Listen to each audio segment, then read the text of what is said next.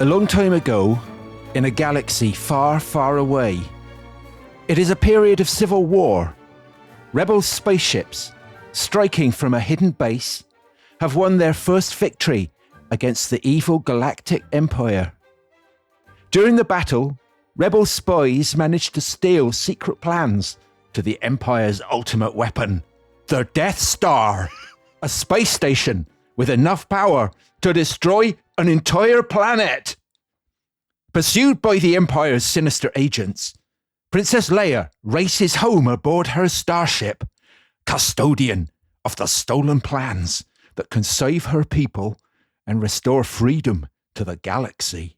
So that, Dominic, was Dave Prowse, bodybuilder.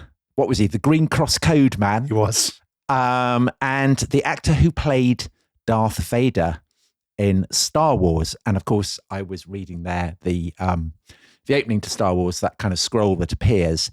And I wanted to go with Dave Prowse because I actually met him. Oh, crikey. Well done, Tom. When I was 10, yeah, the year that Star Wars came out in Britain, he came in his Darth Vader robes to Salisbury Library. Wow. And I was startled when I heard him speak. Yes. Because of course, this is not the voice that he actually gets in the film, is it, Darth Vader? No. It's all kind of, oh, Luke, all that kind of stuff. Is that James Earl Jones there, Tom? Yeah. Making his guest appearance? Yeah. All that kind of thing. Oh, wonderful. But very much part of my childhood memories, Star Wars. Yeah. And we are going to look at it, but with a kind of very distinctive angle, a historically themed angle today. Yes, because this episode is really, well, I mean, you wanted to call it Romans in Space.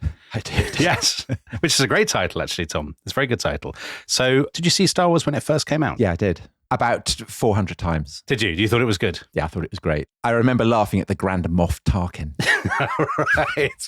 Right. Well, we'll come back to Governor Tarkin in about 15 minutes or so.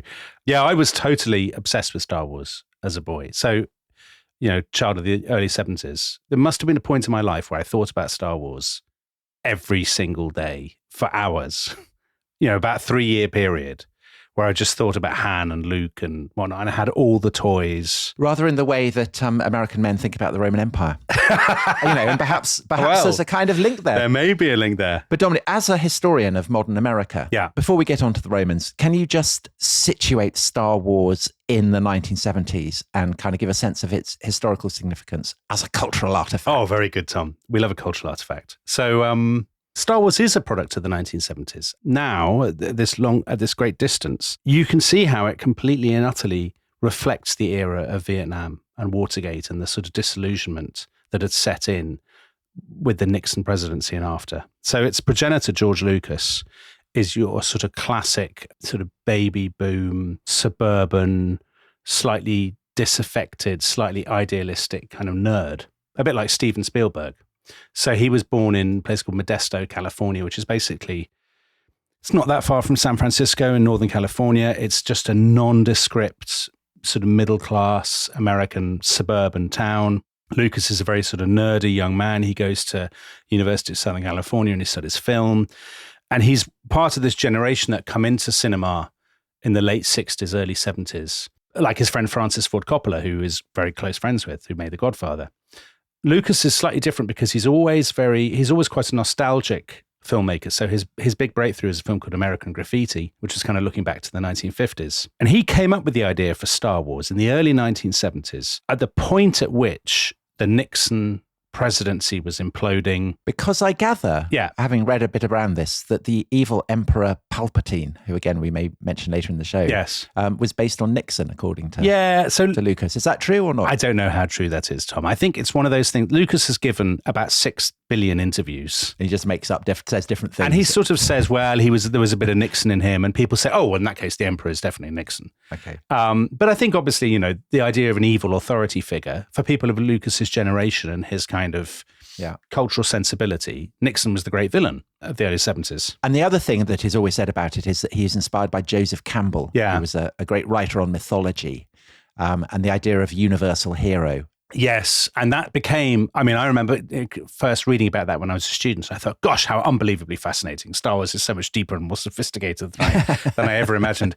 And actually, I think now people think this is probably not quite true. Window dressing. This is window dressing. Yeah. Lucas was looking back in, I don't know, the 1980s or 1990s or something, and made an offhand remark, and then people ran with it and turned it into this sort of great enterprise, teasing out all the links between Star Wars and kind of ancient Indian mythology or something. Right, but we are going to do something similar with the Romans, aren't we? But just before we come on to that, for people who haven't seen Star Wars, and there are definitely people who haven't. Yes. I mean, my daughters have never watched it. Oh, crikey. Well, I tried to make them watch it, and they got so bored that they drifted off. That's poor. That's very poor, Tom. So I think it is a kind of period piece, although they've done multiple reworkings of it, haven't they, over the years? Yeah. The salient thing in the opening that I read so beautifully is that it's set in space. Yeah. It's science fiction, but it happens a long time ago. So can you just give us the very basic plot very, very quickly, the setting, for people who haven't seen it? Yeah. So essentially what George Lucas had wanted to do was to remake Flash Gordon. So Flash Gordon was this story about a guy who's catapulted into space. He goes in the... Flash. I should never have... Savior of the universe. I really bitterly now regret bringing up Flash Gordon. You walked into that one. Yeah, I did. So Flash Gordon, very popular in the 1930s, a comic and then a kind of film serial. Lucas wanted to get the rights to do this family-friendly story about a guy who's catapulted into space, and he has all of these amazing adventures fighting an evil empire. He couldn't do that, so he writes basically his own version of Flash Gordon. But what distinguishes Star Wars from sort of pulp science fiction generally is that the very first film, he incorporates his kind of film school training. So there's lots of references to John Ford's film The Searchers or Kurosawa's Japanese films like The Hidden Fortress. And the plot is Princess Leia, who we heard about in the thing, she's got these plans. Yes. They get attacked. She gets captured by Darth Vader, who's an evil bloke wearing black robes. Right. Something happens. Two robots. Yeah. They crash on a planet. R2 and 3PO. They get found by Luke Skywalker, who is the kind of King Arthur figure. Yes. He is Arthur. And the sword from the stone is the lightsaber that he's given by this old wizard. I say wizard. He's referred to as a wizard at one point. Obi-Wan Kenobi. Obi-Wan Kenobi. He was the kind of the Merlin of the whole proceeding. Yes, the Merlin of the whole enterprise. They go on this expedition to try and rescue the princess. Theo, quite rightly, is saying Ben Kenobi because he's really mainly called Ben rather than Obi-Wan in the very first film. The first film was actually a bit of an outlier. There are a lot of things that we think of as being sort of typical of Star Wars that aren't in the first film, or the first film deviates from them. Anyway, we don't need to go into that. Anyway, basically, the MacGuffin is that they have these plans. Yes. And they have to use them to blow up the Death Star that otherwise will kill everyone. Yes, this terrifying space station. He meets rogues and he has this little team of friends who go on the expedition. There's a slight Lord of the Rings element to it, the idea of going on the expedition. And surprise, surprise, it all ends happily and they get medals at the end, except for Chewbacca, who is denied a medal, Tom, in the Triumph of the Will reenactment scene. Yes, because basically, rather oddly, it all goes very Nazi at the end, doesn't it? Well, it does a bit. Yes. So we wanted to focus particularly on Rome, because this is the thing that is often, the historical period that is often seen as inspiring Star Wars. Just to pick up again on that Leni Riefenstahl thing. Yeah. So we talked about her in the series that we just finished about the Nazis. We did. That her portrayal of Hitler at the Nuremberg rallies inspires the ending of Star Wars, where there's this kind of masked rally. Yeah. There is the kind of Nazi interface, isn't there, between George Lucas making this film and the Romans, that the Romans kind of are standing in for the Nazis in quite a lot of the way that the Romans are seen. Absolutely. So the Nazis, we did our series about the Nazis and power. We were talking about Nazi iconography and Nazi propaganda. The Nazis were often looking back to Rome, weren't they? Yeah. I mean, the Eagle standards, the very idea of those sort of Nazi rallies, the idea of kind of the mass ranks of stormtroopers, the SA, or members of the Wehrmacht in their sort of shining helmets. And their eagles and their standards. And their eagles and their standards. I mean, the whole thing is very clearly aping what in the early 20th century people thought was kind of standard Roman imperial iconography. Don't you think, Tom? And so Darth Vader and the Empire command stormtroopers, yes, which is obviously an allusion back to the Nazis. Are they legions as well? Is that something that is being played with, do you think? Or is this, again, kind of academics perhaps overthinking it? That might be academics overthinking it. I don't think the word legions is ever used, certainly not I'm aware of in the first three films in the original trilogy. Let's concentrate on that first film, the original film, which came out in the US in 77 and in Britain in 78. There are sort of clues, as it were. There are Roman hints. So you had a mention of the Empire in the opening crawl that you read, Tom, so beautifully. The only character who's mentioned in that opening text is Princess Leia. And she's the first one, apart from Darth Vader, of the principals that we meet in the film. And she is quite classically dressed. So she's wearing this sort of long flowing white robe, almost a little bit like a toga. Or, I mean, some classical scholars say she looks like a Vestal Virgin. I mean, also she has this famous hairstyle, doesn't she? The kind of twin cinnamon buns on either side, Yes. Which, again, I remember reading may have been inspired by a 4th century BC statue found in Spain, the Lady of Elche, Yes. where she has identical hairstyle. Absolutely. And if people want to look that up, you look at the Lady of Elche, who's supposedly possibly Hellenistic or even Carthaginian, people think. She does have Princess Leia's hairstyle. Extraordinary. Anyway, so Leia looks kind of classical. When she's captured by Darth Vader and the stormtroopers, she protests. She says the Imperial Senate will not stand for this. So we have this idea that there's a Senate. We're then introduced to Luke Skywalker, who's the King Arthur, as you said. He is a farm boy, and basically his story is King Arthur in the Wild West. So he's on a kind of the Western frontier. He's a farm boy. It's very sort of, the American prairie. Yeah. But he similarly is wearing clothes that an extra would wear in a market scene in Cleopatra. yes. Or a biblical epic. Exactly. And he talks very excitedly about a rebellion against the empire, which is very kind of, I don't know, Jewish revolt or something. He meets this character, Ben Kenobi, who is a kind of hermit stroke wizard. He's a bit like a stylite from the 6th century, Tom.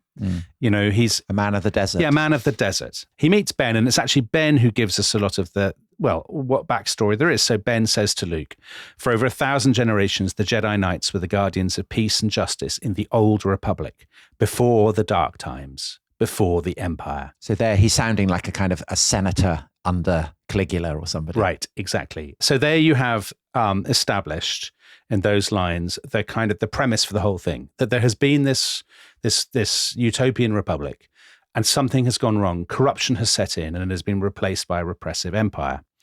And the one other bit of politics we have in the whole film is when this character, Governor Tarkin, who is played by... This is the Grand Moff Tarkin. Right, Grand Moff Tarkin.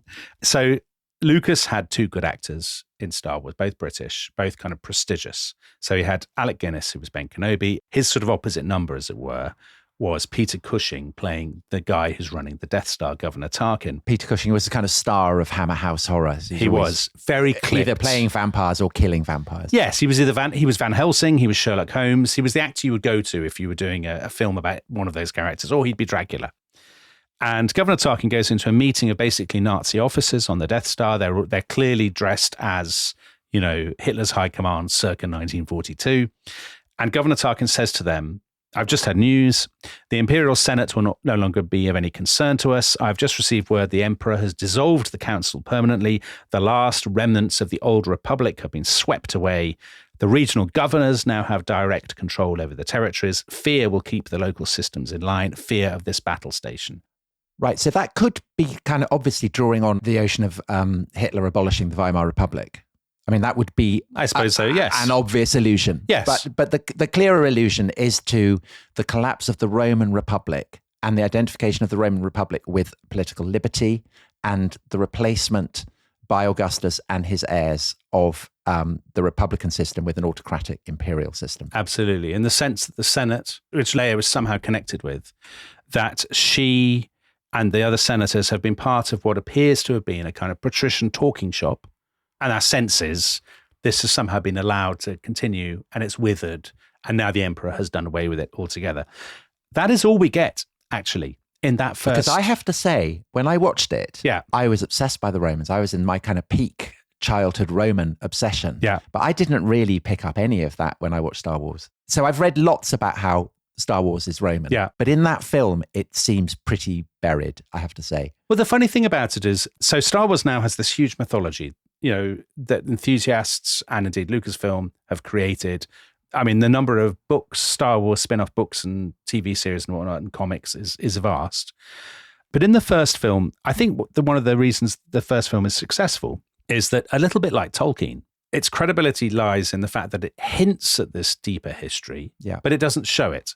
So actually, it's very exciting for a 10-year-old to think, gosh, there was an old republic and there was all this stuff. Yeah. But they never show it because that would probably be a bit disappointing, as indeed it was to prove. But a contrast with Tolkien, this isn't to diss Lucas, but I mean, Tolkien was a great scholar who knew vast amounts about antiquity and was very, very skilled at drawing in and weaving together really quite learned and academic references to ancient history. Yes. George Lucas is not doing that, is he? I mean, he's not. No. He's interested in film. He's not interested in, I don't know, Roman literature. His knowledge of Rome is that which you would expect. A well-educated, intelligent, a graduate at the University of Southern California who studied film. Yeah. He's not sitting up at night reading Sallust. I mean, I don't think we should hold him to unfair standards. Yeah. One interesting thing about Star Wars is that right from the beginning, it generates this huge industry. So one of the things that comes out almost straight away is a novelization. And actually, there's much more in the novelization. I had the novelization as a boy and I loved it. And one of the things I actually loved was this. So it was ghostwritten for George Lucas by a sort of pulp science fiction writer called Alan Dean Foster. And there was a long description right at the beginning of how the Old Republic gave way to the Empire. The Old Republic was the Republic of legend, under the wise rule of the Senate and the protection of the Jedi Knights. But as so often happens when wealth and power pass beyond the admirable and attain the awesome, there appear those evil ones who have greed to match. So it was with the Republic at its height. Like the greatest of trees, able to withstand any external attack, the Republic rotted from within, though the danger was not visible from outside. And then it's in the book, not the film, we are told how restless, power-hungry individuals within the government, aided by the massive organs of commerce, propelled the campaign of the ambitious Senator Palpatine, who promised to reunite the disaffected among the people and to restore the remembered glory of the Republic. And so he surrounds himself, as it says, by bootlickers. So this is Julius Caesar. Palpatine is Julius Caesar, basically. Well, is he Julius Caesar or is he Augustus, Tom? Well, he's then Augustus when he proclaims himself emperor, right? It's a kind of a blurring of very, very negative portrayals of Caesar and of Augustus. Exactly. And I think what's fascinating about this, what I find interesting about this is all of that stuff. I'm sure Alan Dean Foster and George Lucas didn't think very much about it. I'm sure this wasn't conscious. But that idea that the whole enterprise was destroyed from within, it couldn't be destroyed from without, it was destroyed from within. And it was destroyed by people hungry for power, by bootlickers, and the organs of commerce and all of this sort of thing. I think that's quite Gibbonian. Well, it's 18th century American specifically. Yes. Because America is founded with this idea that it's a republic. Benjamin Franklin famously says it will be a republic if you can keep it. And that anxiety that the republic might collapse and be replaced by an autocracy as Rome had been, and the American Republic is founded on the Roman Republic. I don't know the degree to which this is something that American students study in their history classes, but it's kind of in the air. The fact that the visuals of the American Republic are so Roman means that has always been an anxiety. Well, that anxiety, that fear of ambition, corruption, I mean, the mention of commerce and wealth, the idea of fear of luxury, those are very 18th century ideas, aren't they? And they were very popular on both sides of the Atlantic in the political classes. And so Gibbon, when he wrote The Decline and Fall of the Roman Empire, he moved in circles where people were dissing luxury and dissing ambition and corruption all the time. Yes. And that sort of idea that great empires or great republics are undermined by the decadence and the degeneracy of their ruling classes, and then a strong man will arise to take power. I mean, we all have that to some degree, don't we? I mean, we've absorbed it from popular culture. But here's my question on that. Yeah. You're talking about how, these books are written to tie in with the success of Star Wars. And then in due course, George Lucas revisits the Star Wars universe and he comes up with 3 films that trace, we discover who Darth Vader is, his backstory. And the backdrop to this is the implosion of the Republic and its replacement by an empire. Yeah. But presumably this was not in Lucas's mind when he first made Star Wars. Is this stuff that basically scholars and enthusiasts and geeks have been poring over it, and they have kind of drawn out these echoes? And is George Lucas then thinking, oh wow, it's cleverer than I thought, or it has more echoes than I thought? And is he perhaps kind of responding to that? I think possibly to some extent, Tom. So Lucas said after Star Wars became successful, he said, this is actually episode 4. Now, it wasn't initially branded as episode 4. When you went to see Star Wars in 1977, it didn't say episode 4. But when I went to see it, when it was re-released in 1980, when The Empire Strikes Back came out, they had put on the episode 4 branding. Because I can remember saying to my dad at the cinema, we've made a terrible mistake. We've come late. This is the 4th episode and we've missed the first 3. Whether he was really intending to make these prequels, I suspect probably not. He sort of would airily talk about it. But again, it added to the sense of a deep history. Actually, you're coming in the middle of the story, and people loved that. But those first 3 episodes, which I saw the first one, I thought it was so dull. I mean, I'd really rather have watched a film about trade negotiations. Well, you did. In Brussels. Well, you did. You mean the Phantom Menace? The Phantom Menace is what we're talking about. Yeah. So those 3 films, are the allusions to Rome clearer in those? Are they more overt? They're much more overt. So not necessarily in the Phantom Menace. I mean, these, by the way, for the avoidance of doubt, some of our listeners may like these films. I have to be honest and say, although I love Star Wars, I absolutely loathe these films. Anyway, that's by the by.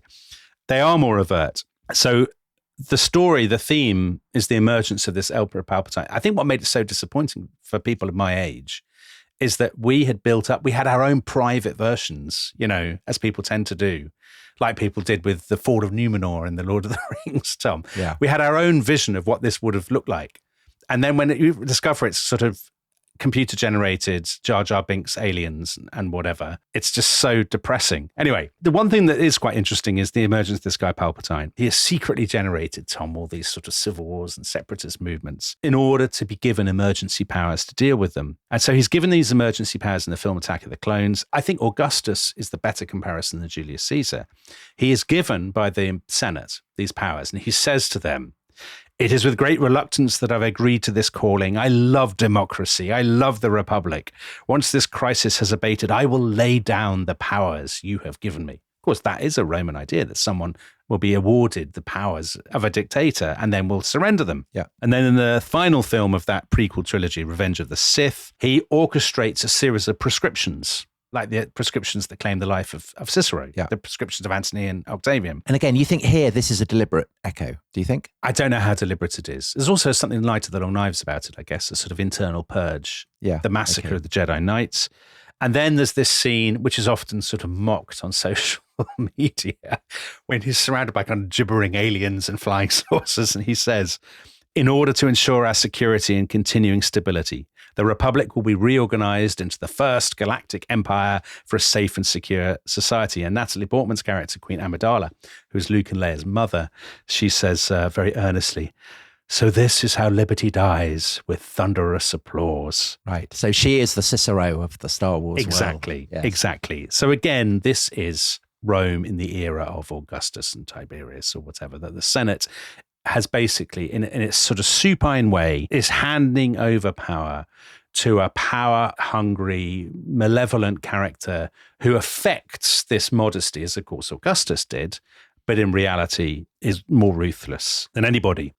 Now, there's an Australian classical scholar called Michael Charles who wrote an article about this in the journal Classical World, Remembering and Restoring the Republic. And he says, one of the funny things about this, he says, and again, this is completely unconscious, I think, is that in Rome, people who criticized, people who were ambivalent about the rise of Julius Caesar, most obviously, and then I suppose Augustus, they were the patrician elite, weren't they, Tom? They were, what do you call them? The boni. Yeah. The optimates, the good guys. These are the people who look back, who are upholders of tradition, who identify themselves with all that is best in Roman tradition, and who have to be incredibly rich. Yeah. And the sense is in the Star Wars universe that all the defenders of the Republic are very, very poor. They are. And rich. I mean, they're literally princesses. They are, right, absolutely. And queens. And yes. So the person who says that line about liberty dying is Queen Amidala. Yeah. Her daughter is Princess Leia. And Princess Leia is the person who carries the torch of kind of republicanism. Well, this will be familiar to people who may not have read books on Roman history, but have seen Gladiator,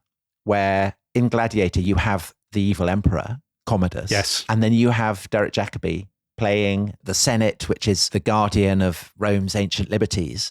And I'm just wondering, this sense of the kind of the Roman character in Star Wars, it might not be coming from Gibbon, but it might be coming from those kind of Roman epics. Absolutely, Tom. Because obviously Gladiator is post-Star Wars, but you had all those epics, Ben-Hur, Fall of the Roman Empire, all that kind of thing. And actually in those, it's the British who are the baddies and the Americans who are who are the freedom fighters, and indeed the Christians, because the Jedi could be, there are kind of echoes of the way that early Christians play the role in Quo Vadis or Yes. Demetrius and the Gladiators, things like that. I think that's totally right, Tom. And in fact, there's a scholar who has written lots about this who agrees with you, called Martin Winkler. That's tremendous to know. And he has pointed out that Alec Guinness, who plays Ben Kenobi, Obi-Wan Kenobi, he would have been well known to American audiences for a whole host of roles, but one of them was playing Marcus Aurelius. Oh, of course. In the film The Fall of the Roman Empire in 1964. Yes, of course. The film that is the direct model for Gladiator. I mean, Gladiator is really a remake of The Fall of the Roman Empire. Yeah. And, Marcus Aurelius, this sort of stoical character, philosophical,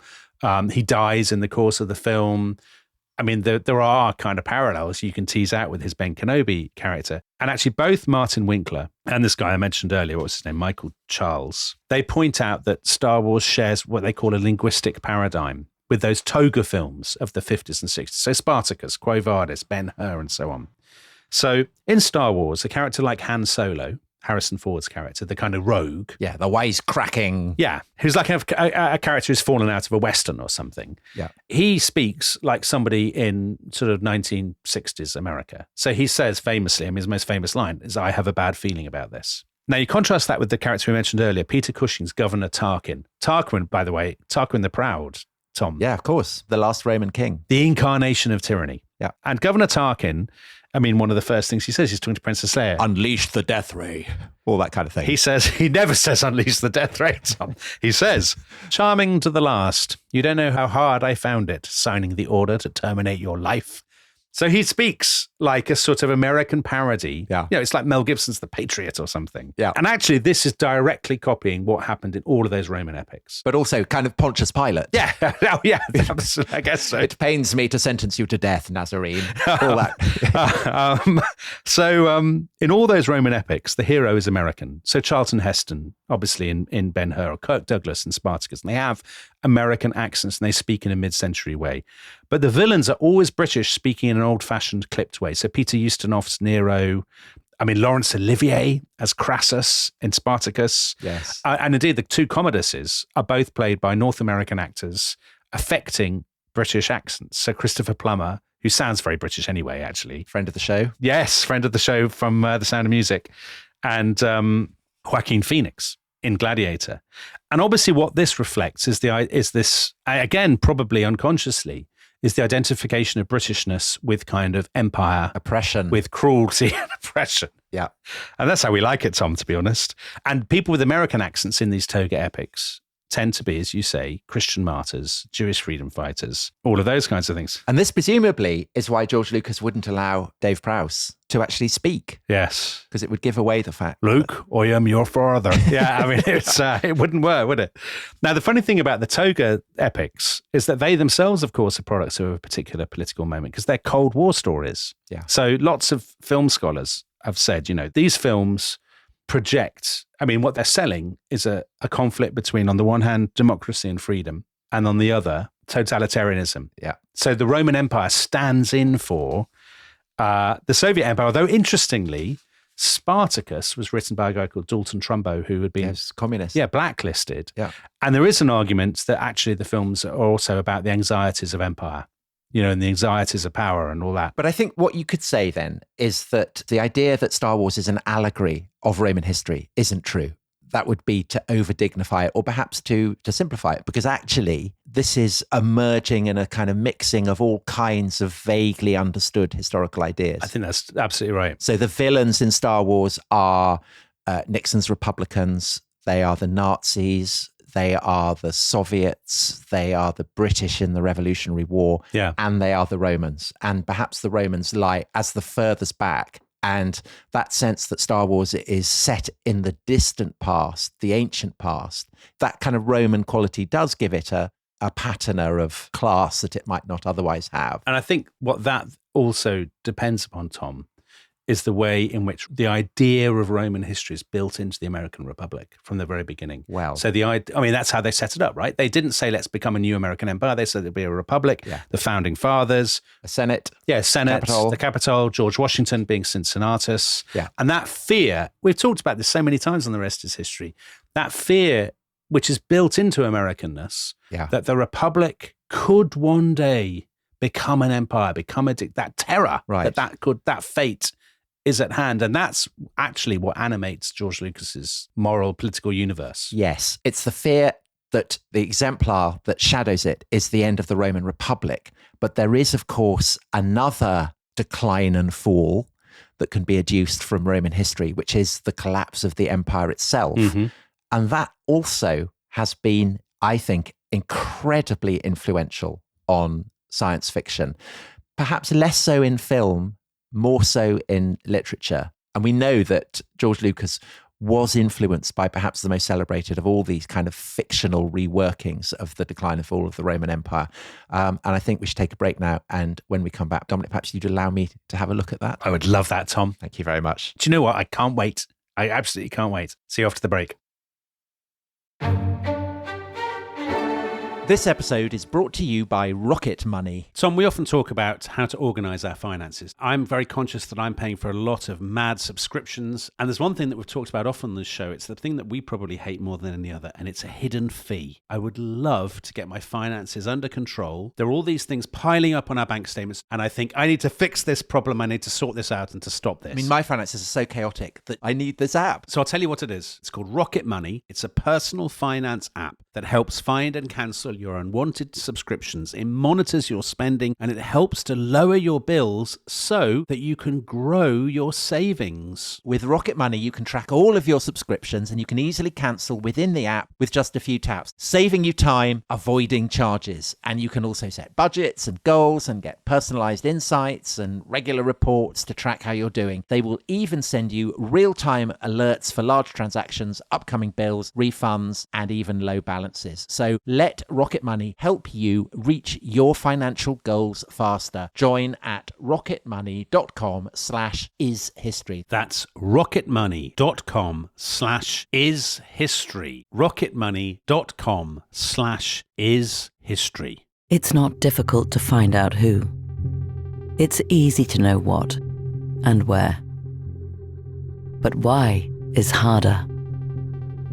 Why takes patience, intelligence, determination.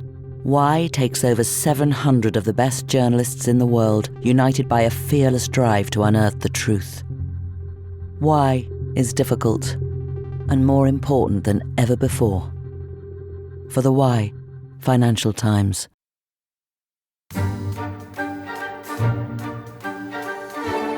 Galactic empires reached the cinema with this group of films, which here and there offered more than a whiff of the foundation. No, I don't mind. Imitation is the sincerest form of flattery, and I certainly imitated Edward Gibbon, so I can scarcely object if someone imitates me. That was the very well-spoken Isaac Asimov. Who knew he came from the Cotswolds? That was Isaac Asimov, Tom, and he was talking about Star Wars. So Isaac Asimov there says he's detected more than a whiff of the foundation in George Lucas's Star Wars saga. So Isaac Asimov is one of those names that if you're not very familiar with science fiction, you've probably heard the name, but you don't know who he is. So Tom, who is Isaac Asimov? So Asimov actually didn't come from the Cotswolds. He came from Russia, and his family emigrated to America in 1923. I think he was about 3. He was intellectually brilliant scientist, but also fascinated by history and literature. And he became probably the most celebrated science fiction writer of the 20th century, I would guess. So he's probably famous for 3 things. The first is his enormous mutton chops. He had absolutely huge sideburns. Secondly, and there's been quite a lot of talk about this recently because of AI, he came up with these the 3 laws of robotics, which is kind of basically designed to stop robots from killing you. Right, yes. So there's quite a lot of discussion about should these actually be enshrined. And the third is he wrote this kind of massively influential series of novels called Foundation. And there's a TV series, I think, on Apple at the moment, which came out in the early 50s. 3 novels: Foundation and Empire, Second Foundation. And this was directly inspired by Gibbon. I mean, there's no question about that. Asimov directly modeled it on it. So it opens with someone arriving in the planet of Trantor, And so the opening, there were nearly 25 million inhabited planets in the galaxy then, and not one but owed allegiance to the Empire, whose seat was on Trantor. It was the last half century in which that could be said. So this is the equivalent of someone arriving in Rome in 400. Yeah. Or is it a sort of a veiled reference to that bit in Gibbon when Gibbon says, if you had to pick an age, you would have picked the age of the Antonines or whatever it is? But that's several centuries before, isn't it? This is, the decline is about to happen. Okay, right. It's directly about to happen. And the parabola of Asimov's narrative directly follows that of Gibbon. So you have scenes in which imperial plenipotentiaries visit outposts of the empire for the very last time. You get kind of interstellar equivalents of the barbarian kingdoms. Oh, right, yeah. Sprouting up on, planets that the empire has abandoned. You have a chapter in which the empire, a bit like Justinian reinvading Italy, tries to kind of reconstitute the empire. But the foundation itself, which gives its name to the series of novels, is something that has been founded. It's a foundation by a psychohistorian, a guy called Harry Seldon. Right. And he's a mathematician who has applied his kind of crunching of data to the past and has drawn up rules of history.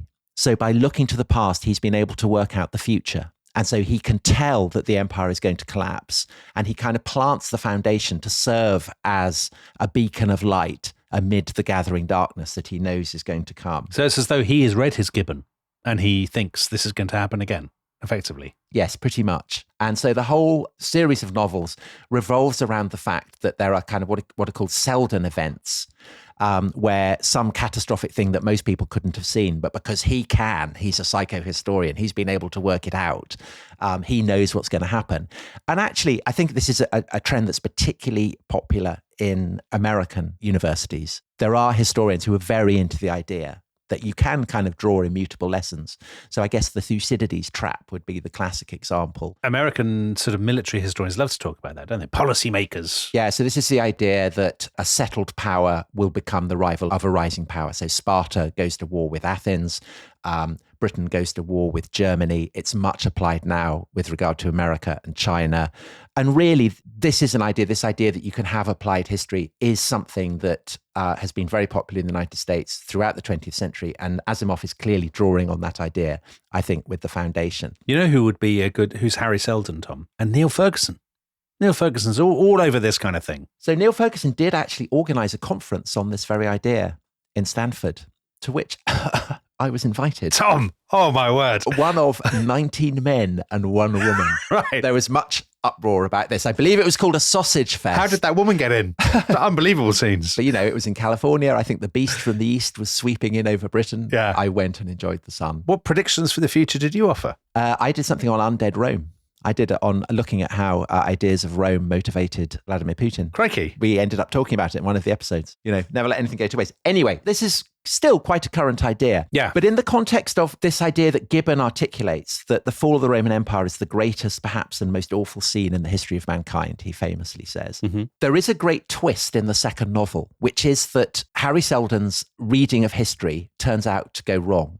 An event happens that he couldn't have foreseen. And this is the emergence of a character called the Mule, yes. who is a mutant telepath. Yeah. So he can read and manipulate the emotions of other people. And he ends up conquering the galaxy and conquering the Foundation. He has not been predicted. And I think that this is pretty clearly an echo of Muhammad. It's a fairly hostile portrayal of Muhammad. The Mule is a kind of, he's an arrogant conqueror. But I think it is an interesting twist, because essentially what Asimov is saying there is that the emergence of Islam is a kind of, a lightning bolt from the blue. It couldn't have been anticipated or foreseen. It's something so startling and unexpected that even the most highly advanced psychohistorians could not have anticipated it.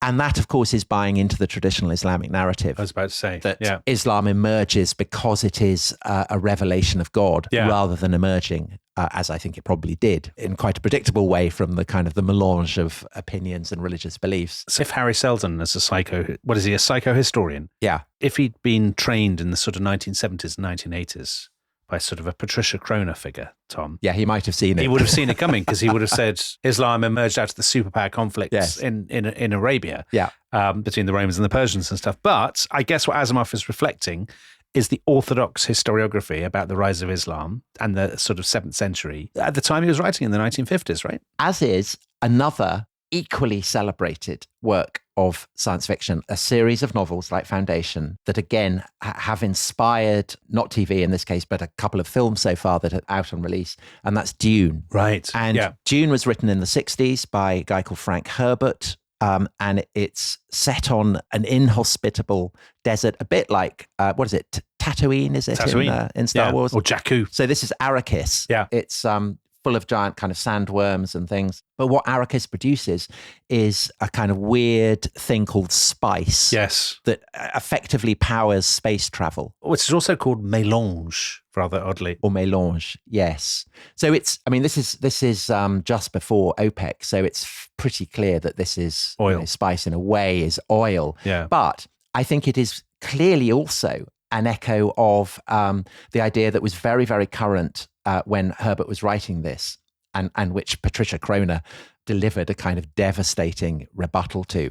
The idea that Mecca had been a great center of the spice trade, and that this is the context from which Muhammad emerges, that Mecca was this hugely significant center. I think it's absolutely clear that it wasn't at all. Okay. And that this sense of Mecca as a center of spice trade is a kind of Orientalist fantasy that's projected onto the understanding of Islam by Western scholars who have this idea that anything Oriental must have to do with spice. And then it's turbocharged by the oil crisis. Why does it matter in the history of Islam and the sort of collapse of the Roman authority in the Eastern Mediterranean? Why does it matter whether Mecca had spices or not? I don't think it does particularly matter. I mean, it matters very much to explaining the traditional accounts of Islam as history, because in the traditional accounts, Mecca is clearly a very significant settlement with all kinds of competing aristocracies.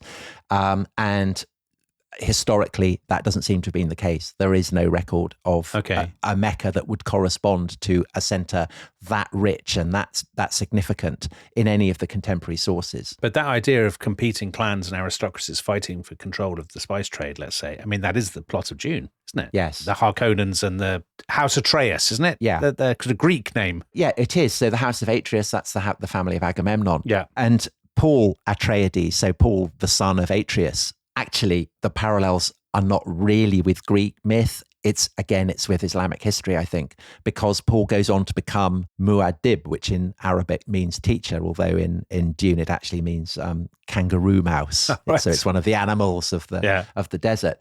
And he goes on to kind of become a prophetic figure, a great religious leader. He launches this jihad, which ends up consuming the entire galactic empire. Quite Star Wars. Mm-hmm. And again, I think that this is consciously inspired by the way that Islam is a terminal event in the long run for the Roman Empire, and suggests that, for these deeply totemic science fiction stories, it's the fall of the Roman Empire rather than the fall of the Roman Republic that is the kind of the great inspiration. Just one thing on Paul. Paul is also, so we talked about Luke Skywalker is King Arthur. Paul is also King Arthur as well, isn't he? He is. Sort of, he has this sort of providential destiny that he is sort of fated. People talk about him in hushed tones. Is he going to be the person who fulfills the prophecy and all that kind of stuff? Yeah, and I think that that's so interesting. I mean, you're absolutely right. There are echoes of Arthur as well as of Muhammad. And both of them, so the stories of Arthur are starting to emerge and be written down at around the same time as the biographies of Muhammad. The first biographies of Muhammad are starting to be written kind of around 800 AD. And both of them are kind of responses to the collapse of the Roman Empire. They're both about the emergence of charismatic figures on the margins of the empire who take control of abandoned imperial territory. Mm. And so that's why I think it's possible to see, say, in Dune, echoes both of Arthur and of Muhammad in this story, because the original stories are both generated by this kind of catastrophic event, if you're Roman. And I think it's clear why science fiction offers scope for people who want to explore the kind of the great dramas of ancient history, but don't want to write historical fiction. Because if you have an enormous galactic empire, you can make play with that in a way that you can't just down on Earth. Yes. So Battlestar Galactica would be another example of that, I guess. Oh, yeah, of course, Battlestar Galactica, which is kind of Mormonism. Yeah. There is this idea that it's inspired by the Age of the Mormons. Anyway, so Tom, do you have anything else up your sleeve? I suspect you do. Well, I know you do. Well, I do. So there's one other way in which the Roman Empire has served as an inspiration for science fiction. And that is a particular and distinctive aspect of its culture, which we have already alluded to when we discussed Gladiator, which in so many ways could be thought of as a science fiction film, I think. Mm-hmm. You think of the napalm that is fired in the opening battle, the vast, overweening scale with which Rome is portrayed. There's a sense in which the examples of science fiction are being woven back into history. Yeah, or fantasy, I suppose. Or fantasy, yes. But gladiatorial combat has featured in a number of science fiction stories. And if Star Wars is one of the kind of the great science fiction franchises that emerged from the 60s and 70s, the other one, of course, is Star Trek. And you do get a kind of a Roman Empire. They're called the Romulans. Right. So the name obviously comes from Romulus. Yes. So they're introduced in the first series in 1966. But in the second series, which came out in 1968, you have an episode called Bread and Circuses. So the famous phrase from Juvenal, which describes how the emperors kept the people of Rome happy. And in that, Kirk, Spock, and McCoy, so the three main figures in the first series, get captured by a civilization that is basically Rome, but in the mid-20th century. Right. And Spock and McCoy get made to fight as gladiators. And this is the Roman officials who are announcing this say it'll be shown on television in color. So there you go. That really dates it. It does. Yeah, it does. And again, a bit like in Star Wars, you have these kind of shadowy figures. They're worshippers of the sun. Right. And at the end, they all survive. They get beamed back up. And Mr. Spock is kind of musing how extraordinary the parallels between ancient Rome and Rome on this planet are. But then he says, but I do not remember there being worshippers of the sun in Rome. Well, that's wrong. There weren't there? I mean, Sol Invictus. Yeah, of course. But at this point, Lieutenant Uhura pipes up and says that she has been monitoring broadcasts from the planet and reveals they're not worshipping the sun, S-U-N, but the sun, S-O-N. Oh, my word, Tom. Really? And Captain Kirk, Caesar and Christ, they had them both.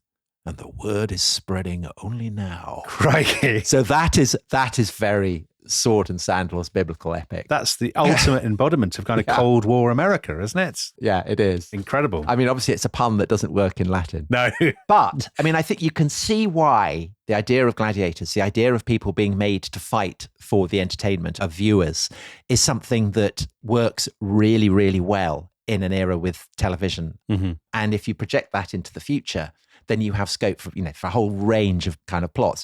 So there's that Arnie one, isn't there? The Running Man. Yeah. But I think the most celebrated recent franchise where the echoes of Rome are really, really overt. It's not set in space, but it is set in the future, and that's the Hunger Games. So it's set in North America where the United States has imploded, and there are kind of all these various outlying districts who have to send a tribute of boys and girls where they are then made to fight the Hunger Games. They basically kind of, they all have to kill each other. So it's a bit Theseus. Yeah. So that is obviously drawing on the Theseus myth, but the setting is Roman.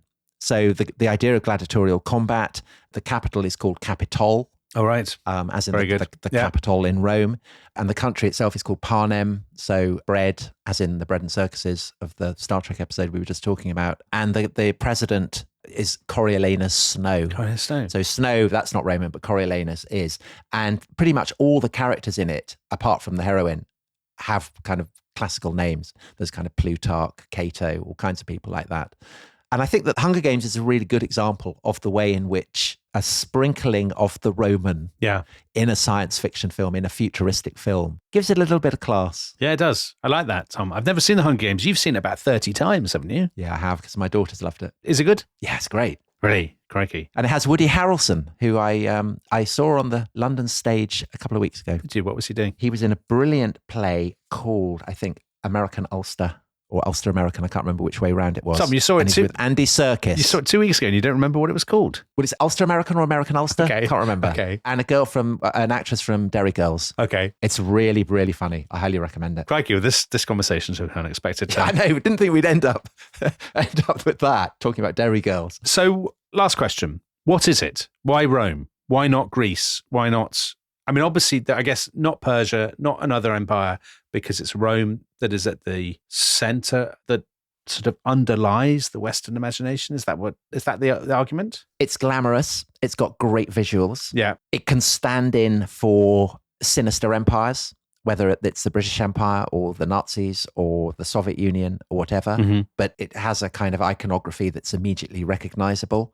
It has customs that we find unsettling, but exciting. Well, violence, basically. So violence, so slavery and gladiatorial combat and whips and all kinds of things that when you look at those films in the 50s, there's a clear kind of sadomasochistic. There's a hell of a lot of whipping in those films. There's a lot of whipping in it. Yeah. And it's also quite classy, I think. Yeah. I mean, the study of Latin has been a kind of marker of class right from the beginning of the American Republic. So, and I suppose you could argue that in our kind of political imagination, those two events, the evolution of the Republic into an empire and then the decline and fall of the empire, that those are kind of foundational, aren't they? Yeah, absolutely. That almost all political creeds have some sense of them at their heart somewhere. Anyway. Yeah, I mean, as to repeat Gibbon, it is the greatest and most awful scene. And maybe you need the galaxy to truly do it justice. Yes, you do, Tom. We certainly began this podcast with the greatest and most awful impression.